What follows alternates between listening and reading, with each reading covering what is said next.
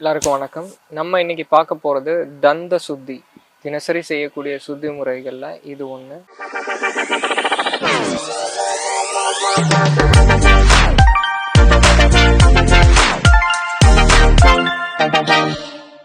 இந்த தந்த சுத்தின்றது பற்களை உறுதியாக வச்சுக்கூடிய முறை.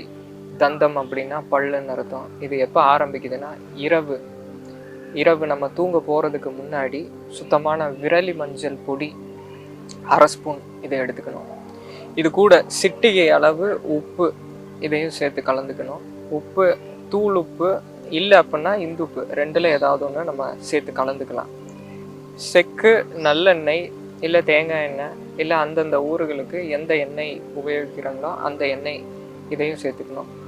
இதை மூணையுமே சேர்த்து நல்லா கலந்து, தேவைப்பட்டால் கிராம்பு பொடி அதுவும் சிட்டிகை அளவு சேர்த்துக்கலாம். அது ஃப்ளேவருக்காக சேர்த்துக்கணும். இது 3 தான் முக்கியம். இது கூட கிராம்பு பொடி சேர்க்குறப்ப இன்னும் வீரியமாக வேலை செய்யும், இன்னும் ரொம்ப நல்லது. பிரச்சனை இருக்கிறவங்க, பல்லு வீக்காக இருக்குது, ஈரலேருந்து ரத்தம் வருது, அவங்க இது கூட கரிசலாங்கண்ணி இலை பொடி அதையுமே சிட்டிகை அளவு சேர்த்துக்கலாம். சேர்த்து இதை 4ஐயுமே நல்லா மிக்ஸ் பண்ணிட்டா இதுதான் பேஸ்ட்டு, கூழ்மம் மாதிரி ஆயிரும். இது பல்லில் எல்லாத்துலேயுமே அப்ளை பண்ணிக்கணும். பல்லில், ஈறுகளில், இடுக்கில் எல்லாத்துலேயுமே அப்ளை பண்ணி கொஞ்ச நேரம் நம்ம அமைதியாக இருந்தோம்னா உமிழ்நீர் நிறைய சுரக்கும்.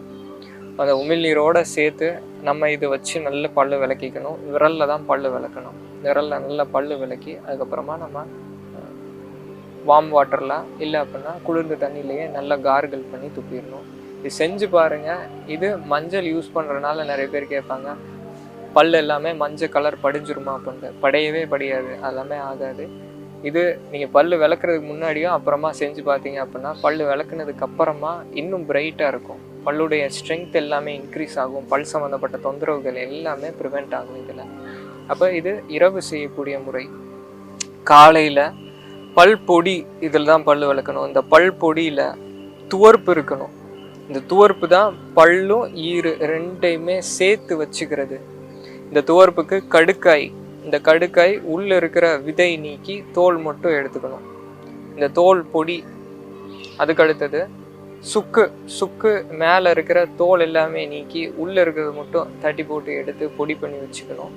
இந்த சுக்கு பொடி. அதுக்கு அடுத்தது இந்துப்பு, பாறை உப்பாக வாங்கி நல்லா தட்டி போட்டு இதுடைய பொடி. அதுக்கு அடுத்தது காசு கட்டி, நாட்டு மருந்து கடையில் கிடைக்கும். இந்த காசு கட்டி இதில் மேலே பேப்பர் மாதிரி ஒட்டியிருக்கோம், அதை எல்லாமே எடுத்து போட்டு தட்டி போட்டு இதுடைய பொடி. 4மே சம அளவு எடுத்து நல்லா மிக்ஸ் பண்ணிக்கலாம். மிக்ஸ் பண்ணி இதுதான் பல் பொடி. இது கூட மருதம்பட்டை பொடியும் சம அளவு ஆட் பண்ணிக்கலாம். மருதம்பட்டை இடித்து அதுடைய பொடி. இது எல்லாத்தையுமே கலந்து ஏர்டைட் கண்டெய்னரில் போட்டு வச்சுக்கோங்க. இந்த பல் பொடி இதை வச்சு விரலில் தான் பல் விளக்கணும். விரலில் எல்லாம் பல் விளக்குறப்பயே பல் எல்லாமே ஸ்ட்ராங் ஆகுறது ஃபீல் பண்ண முடியும். நல்ல இறுகும், பற்கள் எல்லாமே இறுகும். ஏதாவது ஒன்று கடிக்கிறப்ப பல் உடஞ்சிடுறது, பல் ஆடுறது, இந்த தொந்தரவு இந்த பல் விளக்குறப்ப இந்த பயன்படுத்துகிறப்ப ஆகவே ஆகாது. அதே மாதிரி இது நம்ம பயன்படுத்துகிறப்ப பல்லில் நேச்சுரலாகவே ஒரு ப்ரொடெக்ஷன் லேயர் வரும். அந்த துவர்ப்பு இருக்கிறனால கடுக்காய் படிகிறனால பல் பார்க்குறதுக்கு வெள்ளையாக இருக்காது, ஆனால் ஸ்ட்ராங்காக இருக்கும். இந்த பல்பொடி உபயோகிக்கிறப்ப பல் கூச்சம் இருக்குது, பல்லில் எனாமல் போயிடுச்சு, எனாமல் போயிட்டா என்ன, டீசென்சிடைசேஷன். இந்த சென்சிட்டிவிட்டியை போக்குறதுக்கு, சென்சிட்டிவிட்டியை மதக்க செய்கிற பெயினை எப்படி ரிலீஃப் பண்ணுறதுக்கு பெயின் கில்லர் கொடுக்குறாங்களோ, மதப்பு அந்த சென்சிட்டிவிட்டி தெரியாமல் இருக்கிறதுக்கு மருந்துகள் உண்டு, தெரியாமல் இருக்கிறதுக்கு பேஸ்ட் எல்லாமே உண்டு. ஆனால் இது நேச்சுரலாகவே ஒரு லேயர் மாதிரி ஃபார்ம் பண்ணிடும். அந்த லேயர் நீங்கள் இனிப்பான பொருளோ இல்லை அந்த பரல் சென்சிட்டிவிட்டியை உண்டாக்குற பொருட்கள் எல்லாமே சாப்பிட்றப்பையும் அதை பாதுகாத்து கொடுக்கும். இதுதான் பல்பொடி செய்யக்கூடிய முறை. இந்த பல்பொடியில் தினசரி காலையில் பல் விளக்கணும். இந்த பல்பொடியில் பல் விளக்கிட்டு கண்டிப்பாக வெந்நீரில் தான் கார்கிள் பண்ணணும், வெந்நீரில் தான் வாய் கொப்பளிக்கணும். இரவு செய்கிற முறைக்கு எந்த தண்ணி வேணால் நம்ம பயன்படுத்திக்கலாம்.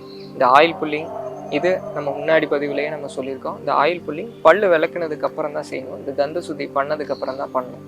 இந்த பல் விளக்கி முடிச்சதுக்கப்புறமா, கார்கிள் பண்ணதுக்கப்புறமா காலையில் நம்ம இரவு படுத்திருக்கிறப்ப நம்ம ஏற்கனவே சொன்னோம் இல்லையா, இரவு தான் நம்ம உடலில் நோய் எல்லாமே நீங்கக்கூடிய முறைகள் வேலை செய்யும் அப்படின்ட்டு. அப்போ இரவு அக்குஸ்பேஸ் ரெக்கவரி டைமில் பார்த்தோம், உடலில் இருக்கக்கூடிய தேவையில்லாத கழிவுகளில் முக்கியமான கழிவு அதிகப்படியான கபக்கழிவு, ஸ்லேத்தும கழிவு, இந்த கழிவு எல்லாமே வெளியேறதுக்கு தயாராக இருக்கும்.